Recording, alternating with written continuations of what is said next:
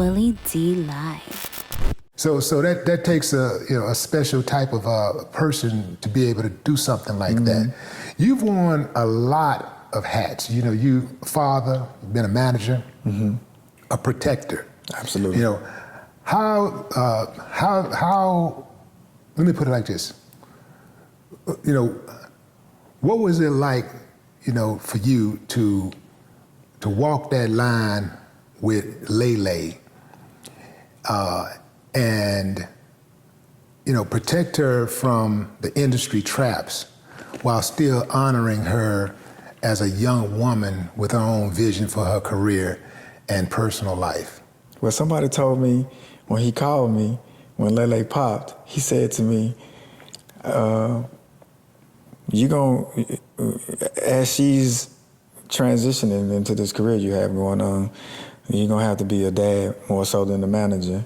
And the main thing that you want to make sure you do is take time out and you date your daughter and you take her on dates and you show her something outside of the industry, because the industry gonna be very tough on her. That's what you told me. Yeah. And I applied that. I had everything else. That jewel, I promise you, that jewel helped me because I was already doing it, but I didn't have the perspective on why that would work and why you want to do that. So when she wants to frame me up the way I watched Matthew Knowles get framed up from Beyonce, I saw that up close. I was right there. When she transitioned and left Matthew and went to Jay-Z, I was right there. I sat right in the office. We had in-depth conversations on what she was gonna do, how she was gonna do it. I didn't believe him, and sure enough, she did it. So I didn't necessarily want Lele in the industry because I saw so much shit. And that was going to be one of my questions too. Yeah. Like the choice to lead her, like to guide her, because you guided her career. I mean, you're just as responsible, you perhaps more responsible than anybody besides herself for her success. Right. You know, because you had the vision and you had you gave her the structure and the discipline. But she had to want it, you know. So it all starts with her having to want it, right? Because I've seen youngsters who had the talent, really, really good kids who were really talented, and their parents did everything to support them, to push them, showed up at the auditions, you know, made sure that they were, you know, they were prepared. All of these things that it takes, and the kid just didn't want to do it. Absolutely. And it didn't happen. No, it's not gonna happen. No, that's so true. Like I said, I didn't want her to do it. I wanted to be the one to be successful and just take care of my daughter. But literally everywhere I go, I don't care if I was, you know, as I was a personal trainer and I opened up my own gym, every client would be like, "What are you doing? She's a star. Why is she not on the other side of the TV?"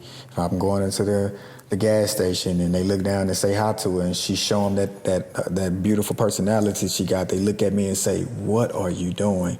So I had so many of those. And I had to. So I'm gonna tell you how Lele popped. Lele did this herself. She always in the studio with me.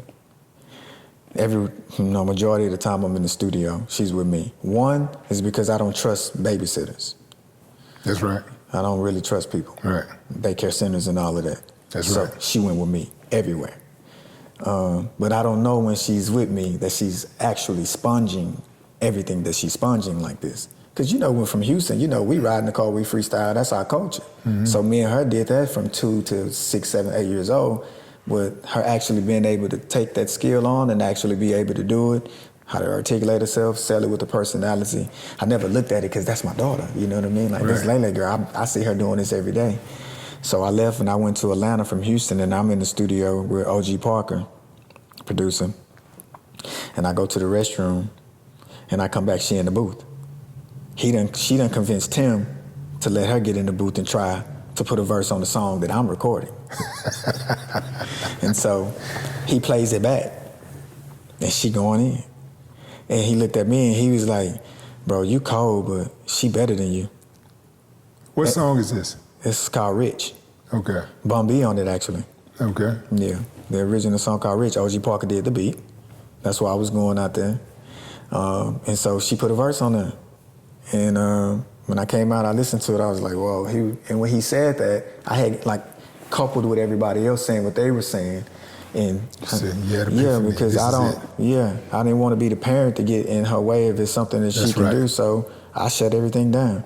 And I shut it all down knowing that I'll be able to come back to mine later.